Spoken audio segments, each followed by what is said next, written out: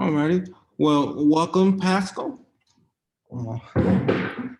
to Surge. This is our first day here with our youth. We're excited to have you. We met Pascal and his partner at Flywheel when we had our office at the 500 location, and they own a smoothie company out of Boston, if I'm not mistaken. And Exactly. yeah, so I'll let him. I don't want to steal your spotlight. Introduce yourself and what your company is all about. And thanks for taking out the time coming and meeting with us. Sure, sounds good. Yeah, a really nice meeting everyone. So I'm Pascal. If you wonder where my accent is from, I'm from Germany. I came to the US 4.5 years ago to do my MBA in Boston, and you love Germany? My grandmother is German, so Oh, that's awesome. so yeah. Which part of Germany? Well, we're American Germans, but Okay. yeah, but we have cousins over there. I've never met them. Okay. Yeah, so I'm from Munich in Germany, and yeah, came to the US, studied here for 2 years, and then actually during my studies started to work on Smoodi. As Ethan said, it's a smoothie company. It's the goal is to empower healthy habits through technology. But yeah, I think for this session, I'm happy to keep that as a conversation. I have some slides I can show you just to give you an overview of what we do, like a short video. But then also happy to answer any questions you have. And I want this session to be the most helpful for you. I think also Ethan just said it's the first day, so yeah, congratulations to you guys to be selected as scholars. I think it's a great program, and yeah, I'm glad to meet you. So I don't know if you have any question at the beginning. Happy to go over that. I can tell you a little bit more about my background. Otherwise, I'm happy to share my screen quickly, jump over the slides. Whatever is the best for you. Yeah. I'm trying to turn this. Yes, it doesn't connect to the TV for some odd reason. Oh, you guys here?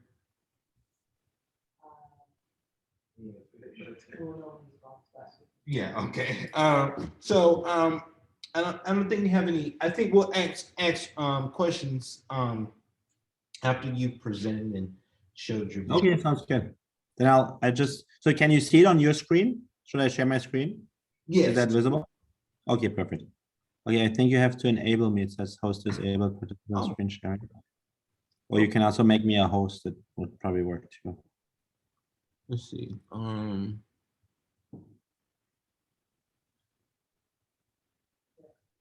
This one.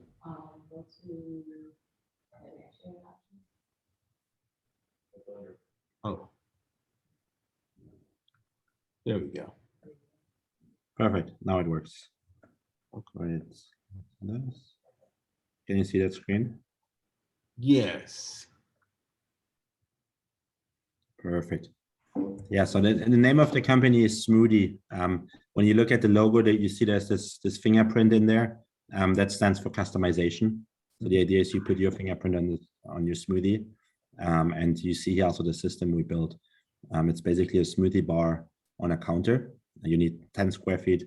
I have the blender on the left and the freezer on the right with the prepackaged cups. So we like to call it a smoothie store in a box. And yeah, why did we start with this? I think this is a picture you all know. When you go into a convenience store, you see those the slushies, the soda fountains, and those rotating hot dogs.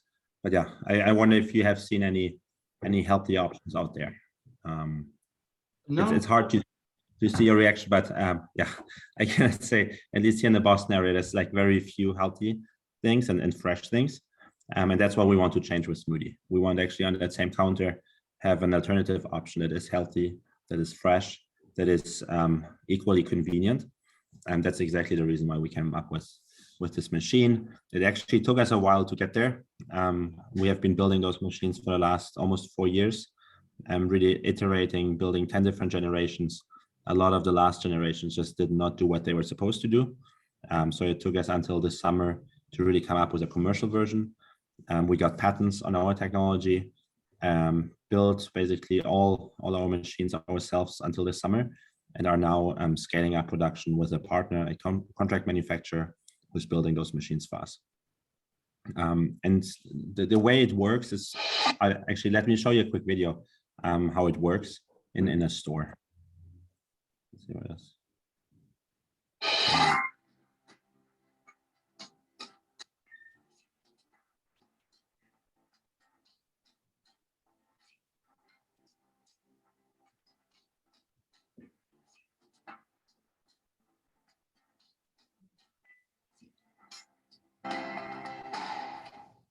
So could you see the video all right? Yes. Yeah, Okay. it does that. Perfect. Yeah. So, and in case it, okay. Yeah. So the steps, we try to keep it simple. So the idea is you grab a cup. We have 3 different flavors right now. There's just a small seal on top that you peel. Then if you want, you can actually customize it, adding different boosters to it. We haven't launched the booster line yet, but it's something we're working on. So imagine you add proteins to your smoothie. Then you scan the cup on the machine. You see at the bottom with the red lights, it's a barcode scanner. You have a barcode on our smoothie cup. You scan it there. The door opens up of the machine. You place your cup, the door lowers again, and then it actually asks you for the thickness of your smoothie. So you can select, do you want a regular one or a thick or thin one? So it's the amount of water we add. And then the machine will blend your smoothie for a minute, and then afterwards clean up. So after each cycle, there is a 30-second rinse, and then every 4 hours we have a self-sanitization. And the good thing with the self-sanitization is the machine doesn't need to be maintained by staff in the store. So it's a fully autonomous, basically smoothie kiosk.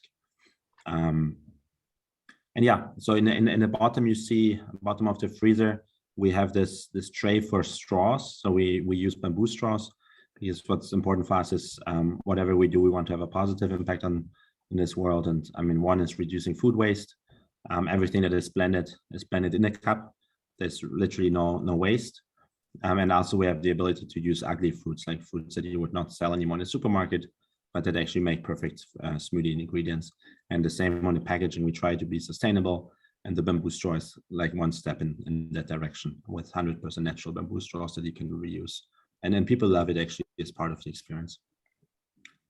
So the setup is pretty easy to put in place. It took us a while to get there, but right now it's just plug and play. You have a fresh water line, a drain, and electricity.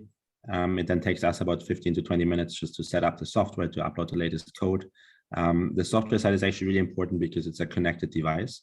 So that means all the data collected by the machine is sent to the cloud, and we can then analyze the data and ideally make good decisions based on the data. One for servicing, knowing in advance if the machine breaks. Because as you can imagine, I mean, it's hardware breaks from time to time, hardware needs maintenance. So being able to anticipate that and ideally have the machine up and running at all times. And the other thing of getting the data is we know now in real time, every time we blend a smoothie. So we get a timestamp, we know how long the smoothie blend took, which flavor it was, which thickness. At the end of the blend, you have during the cleaning cycle, you have a feedback section where people can actually say, did they like the experience or not, and then why or why not.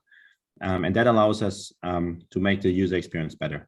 So right now we only have a couple of machines out there, and the main purpose for us right now is really learning, making the experience better. And then also, I think more in the long term, as we grow our number of machines, we need to ensure we also have supply on the fruits. So knowing in real time which flavors are popular in which location will help us make the right projections for our supply chain. I talked about the third one, the fighting food waste. The fourth one that you might have seen in the video, it's all transparent. So when you look at our cups, they are transparent cups. You see through the chunks of fruits and vegetables. We want you to, or the experience starts when you see our setup. People get excited about how fresh and natural it all looks and actually is. And then when you look at the machine, you see the blending happening right in front of you. You also see the cleanup. What's important for us is we don't have to hide anything. We are not adding anything, no additives, no sugar, no ice. It's really just what you see there in front of you. And then yeah, lastly, it's a turnkey solution. So we provide both the machines, the freezer. We have a partner for the freezer. but then also the consumables. So we have our own fruit supply chain with fruit sourced from Mexico. We handpicked our farms to make sure it's high quality fruit, flash frozen at peak ripeness. So a lot of fruit you would get in the supermarket right now is often not ripe, and that's why they add a lot of sugar to it. But if you actually get the fruit at peak ripeness, then it's really nice and sweet. So you don't actually need the sugar. And people are very surprised on how good our smoothie tastes by actually just putting fruits in and water. And then the last part, as I mentioned, also we provide servicing. And that's like a big part for us to still figure out how we scale the servicing.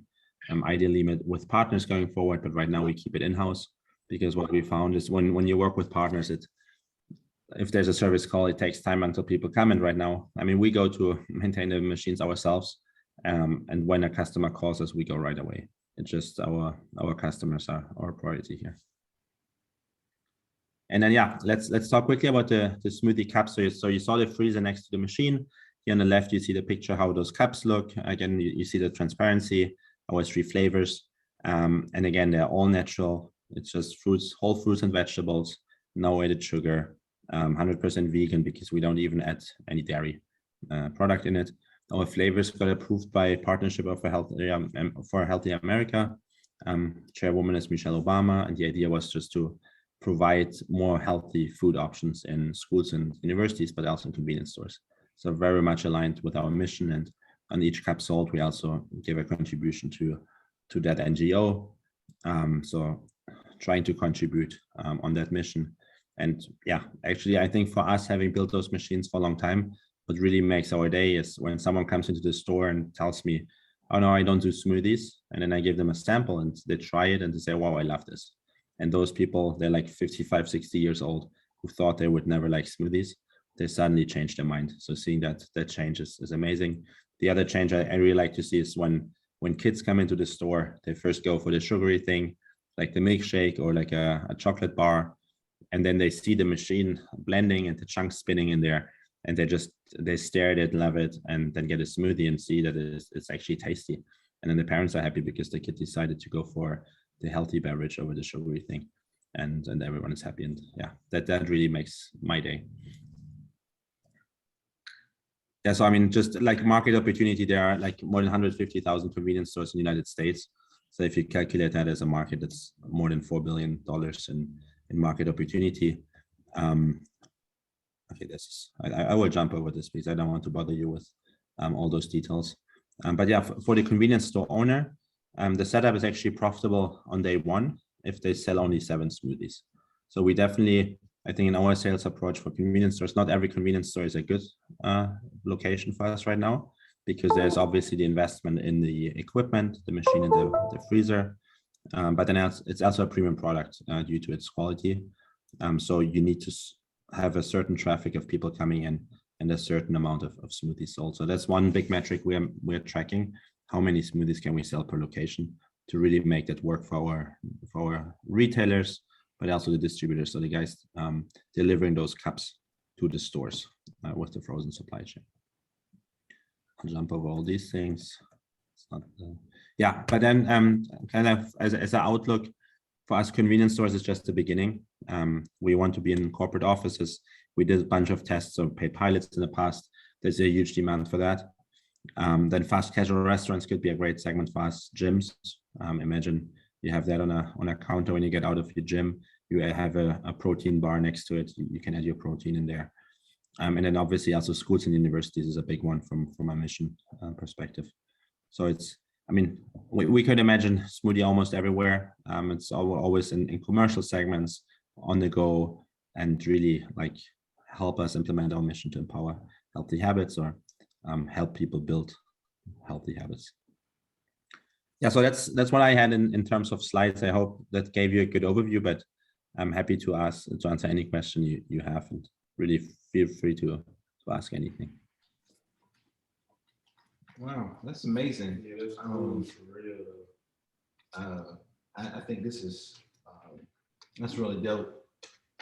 And the impact that you guys made. Thank you. And being able to, I mean, there's a lot to go through a patent. the process is just overwhelming. But see you guys do this within 4 years, and um, you've already succeeded. I think, kudos to you guys for that. That's really awesome. Anyone has any questions? I'm gonna do my slide. Yeah, I like to say we're still at the beginning. There's still so much to build, but I think at least we got to the point where now we have a working product. But I think it's important to stay humble, to continue to learn, put those systems out there, and kind of grow at a good pace where we stay in control. I have a question. Yeah. You said at one of the steps after you choose your frozen cup, you said you only have 3 flavors right now, correct? And you said you're working on Yes. an add-in line. So like The what boosters. would you be able to add into the smoothie? Exactly. And yeah, so the idea of the booster line is, I mean, obviously the stores, they always want more flavors and the consumers want more flavors. But at the same time, when you work with distributors, when you offer them like 20 different flavors, then they have to order 20 different flavors and they need to have inventory of that. And they just don't like it. So the idea was, let's keep it simple. And honestly, that has worked really well across everything we did. Just keep it simple at the beginning, prove it in a small, prove it works with 3 flavors. And down the road, we can always introduce more flavors. But ideally, once we have more sites, more volume, and then the distributors, for them, like one big metric for distributors is always how fast can they turn their inventory. So as we have no few locations, we want to limit the number of SKUs, of different flavors. And what the nice thing is about the boosters, if you think you have 3 base flavors, those frozen prepackaged cups, and then you have, for instance, 3 powders, like protein, perhaps chia seeds, and some other enhancements, then you suddenly have 9 flavors because you can combine the 3 boosters with the different 3 flavors. So I think that's an easy way for us to expand our offering while not increasing more complexity for distributors. If that makes sense. Absolutely. Wow, that's dope. Mr. King. I actually have 2 questions. The first one is about the distribution. Will it all be from like and I don't know if I'm saying this correct, will it all be like from your headquarters? Will people be able to purchase and decide they want to distribute, like a person decide they want to be a distributor? Do you plan on expanding in that way? Like I've seen some companies where people have a vending machine company and they have several vending machines. They go out and solicit businesses to place their vending machines there, and they're ultimately responsible for the upkeep of that vending machine. How will you operate as far as expansion? That was the first question. And then the second question would be, what advice would you give to other aspiring entrepreneurs? Perfect. Yeah, 2 very good questions. So let's start with the first one on distribution.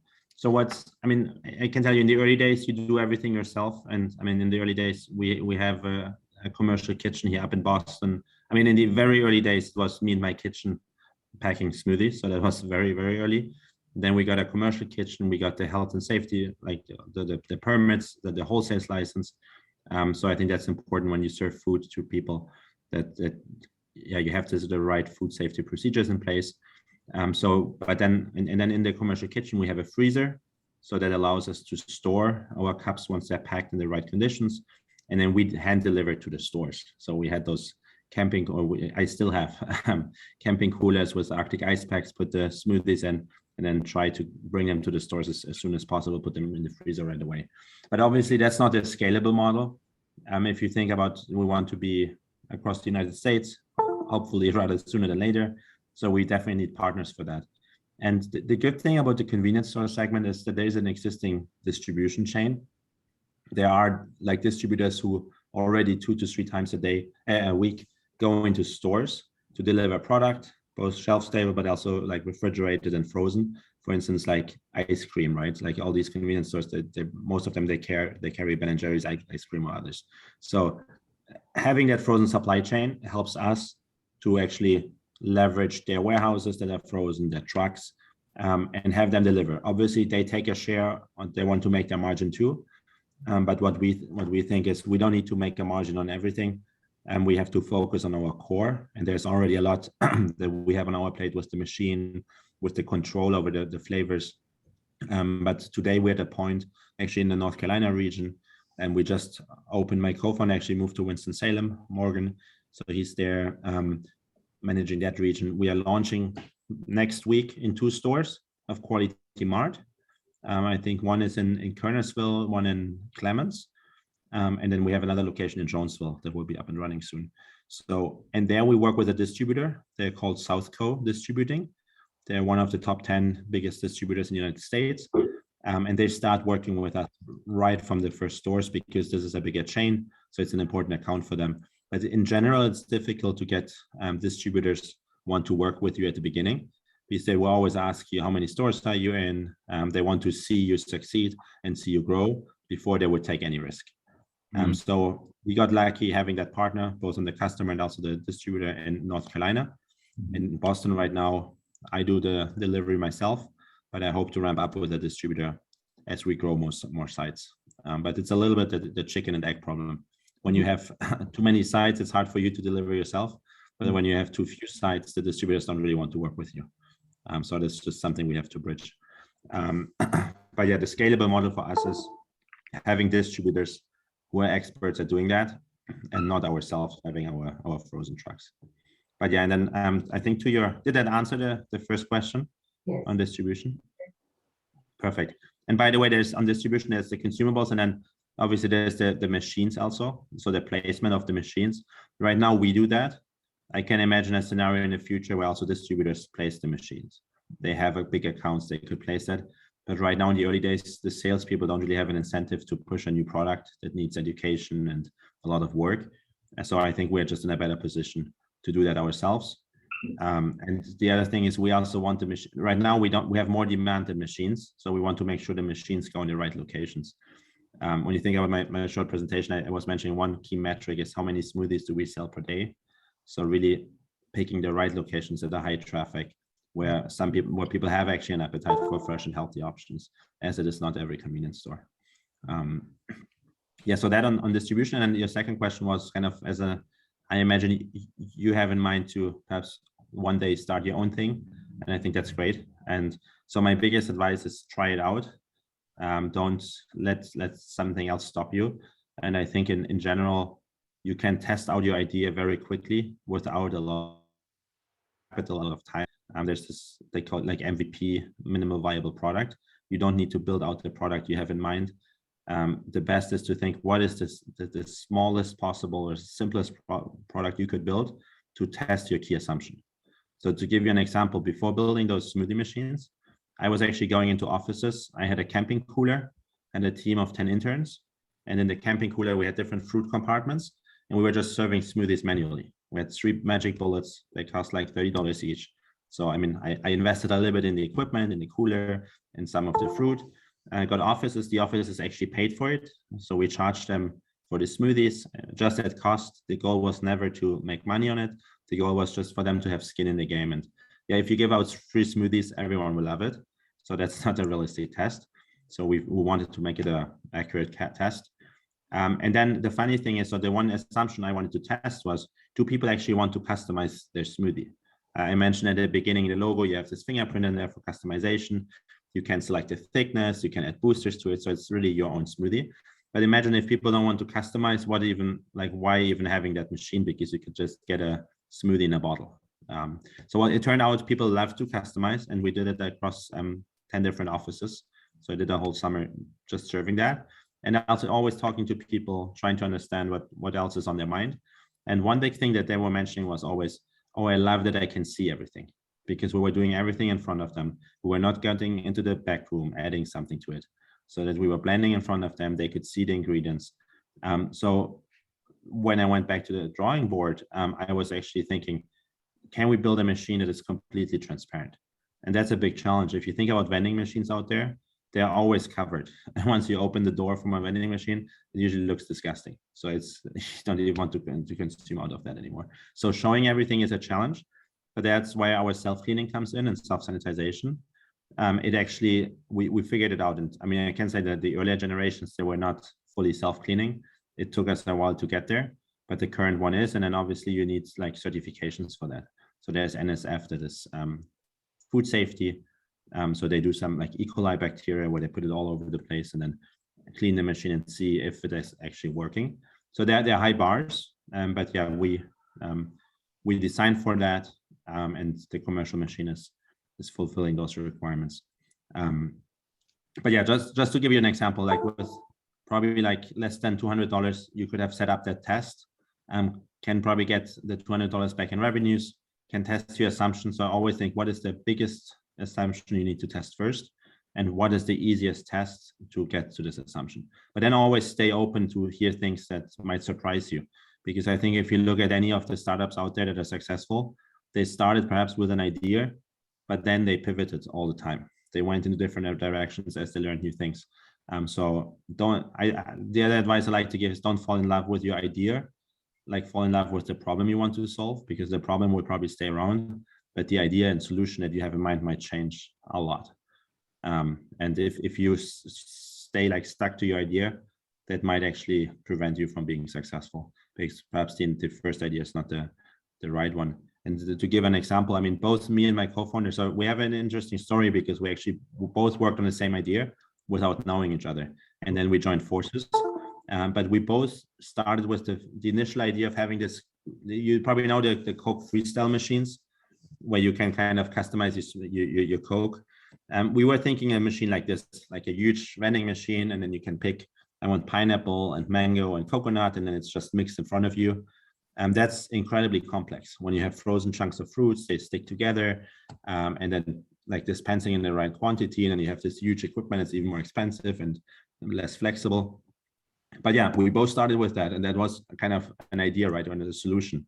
But then we kind of doing, my co-founder did very early on like a lot of prototypes. He saw how complex it was to do that. And then we also felt like if we can keep it more modular and simple, that helps us in the early day. And perhaps in the future, we one day reintegrate everything, have this huge machine, but there's not really a need for that. So keeping it simple is good at the beginning. Yeah. Did that answer the second part? I mean, I know you asked kind of general advice, so I think they're big points. So I would definitely encourage you to do it, to try it, and also see, is it the right thing for you? Because I think the entrepreneurial journey is very different from like a corporate career. And I have worked also for 4 years and like in the corporate world. Some people like that. I mean, I always enjoyed it, but I was always dreaming to have my own business. I think the good thing probably in the own business, you will work more than you would ever work in the corporate track. But what I can say, I feel it's more gratifying because it's your baby. I don't care if I'm working on the weekends, if I'm working late at night, because I'm just enjoying it. And people sometimes ask me, how much do you work? And I say, I'm not working at all, because I'm just enjoying every second. And I mean, to be totally honest, there were some moments where I had to do some things that I didn't enjoy. But I think in the end, like having your mission and vision in mind, I think that justifies even some of the moments where you feel, okay, do I really have to do that? But also the importance, I think, is you can decide what you do, and you can also decide what you don't do. So having that flexibility is, for me, amazing. And the other thing is, I think apart from the enjoyment, just the learning, I think it's difficult to have a job where you learn so much. I mean, you're exposed to like legal stuff, finance, hiring people, firing people, sales, marketing, the product development. There's just like, now for me, like health and safety, food, I had no ideas about those industries. Also convenience store industry, I was not very familiar with that. So I'm learning every day. So I think it's important to always have that open mindset, the willingness to learn. And I think, ask questions to learn from others. And I think also acknowledge you don't have to know everything. I think if you feel you don't know something, find the right people who can give you the answers, or bring on a co-founder, another team member who is actually very strong and complements you. So I think that's very important. And it makes the journey more enjoyable when you have people with you on the journey. So I think having a co-founder is a big plus. I'm happy to have found my co-founder, because as you can imagine, the entrepreneurial journey, you get slapped in your face all the time. There are always things. So one moment you're super excited, the next day something doesn't work out, or like in our case, the machine is not doing what we want, like a customer kicks it out again because it was not doing what they want. So these are kind of tough moments. So being on the journey, not alone, is also a big advantage. Another question. So let me see. Is it gonna work like once you sell your machine, you get paid for your machine and that's it? Or is it like you put your machine in the store and you continuously make money off the smoothies? Or will it be up to the store to buy the machine and then keep stock smoothies from you guys? Yeah, so our goal is not to make money on the machines itself, equipment. I mean, obviously we don't want to lose money, but the money is really in the consumables. So as we provide those, one of the importance of providing those is we want to make sure the quality is good. As I mentioned, they're like flash frozen at peak ripeness. So it's not just any fruit. We had like some retailers ask us, can I do my own cups? But when they do their own cups, they will probably get cheap fruit, then it doesn't taste well. And then at the end, it's our brand that is on the machine and on the cups. So we want to have control over that. We want to make sure that our consumers, wherever they get a smoothie, they know what to expect and that we're in control of the flavor profile. So I think that's just one product consistency, but then at the same time, we take our margin on the consumables. And that's really where for us the money is in. And I think that's actually a better business model because it really aligns the different incentives. The distributor wants to sell as many smoothies as possible. The retailer wants to sell as many smoothies as possible, and so should we.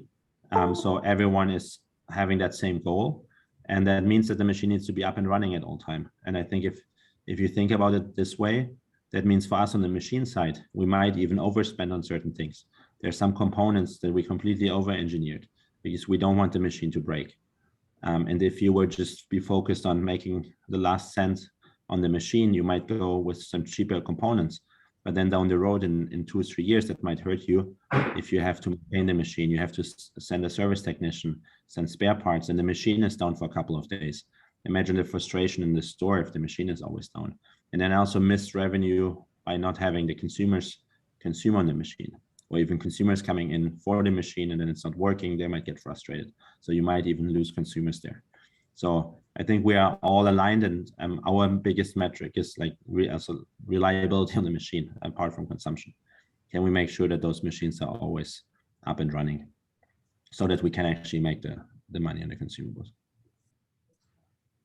Another thing, especially in today's society, the healthy eating style is like super expensive, vegan. Like you can go like to the naked smoothies and it's priced way higher than Minute Maid and Mountain Dew, etc.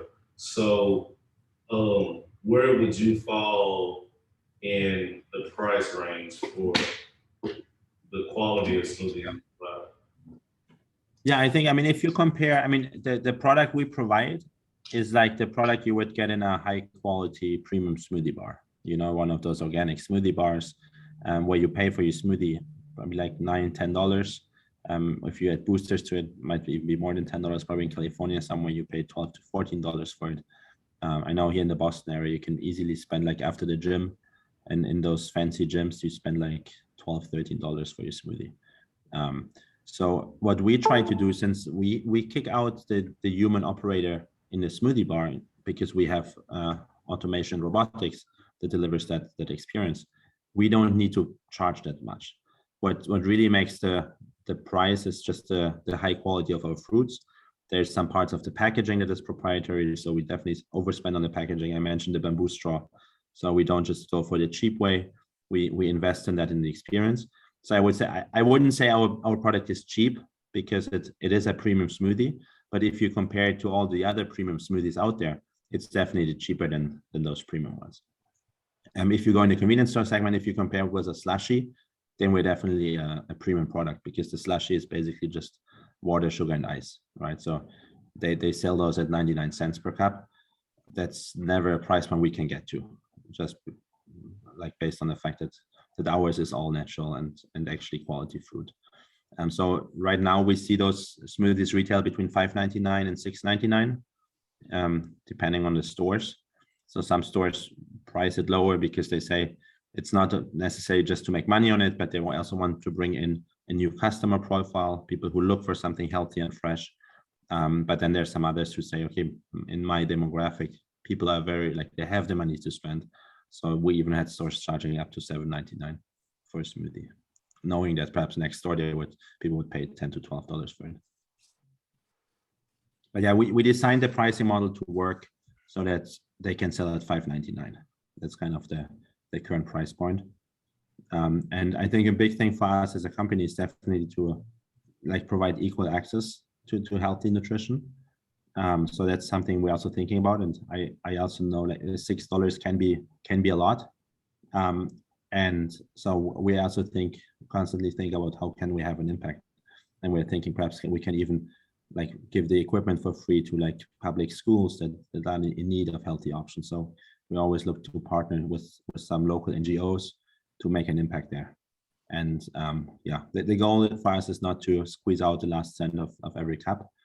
Perhaps there's even a model where down the road with the cups we sell in some of the more affluent areas, we can actually subsidize, so sponsor some of the cups in other areas where we put machines in for free and can provide smoothies at a discount. It's amazing. That's very intriguing. I would like to see a machine in person. Yeah, I think Morgan, my co-founder, he wanted to see if he can get one into the flywheel space. I don't know if you're still there. Yeah, we can get one. We can bring it here. We can let people come on through. That'll be a great opportunity for the interns to learn work development. But if that's something that you're willing to do, I am willing to help. Speak with them, and we can. Are you guys right now in Flywheel?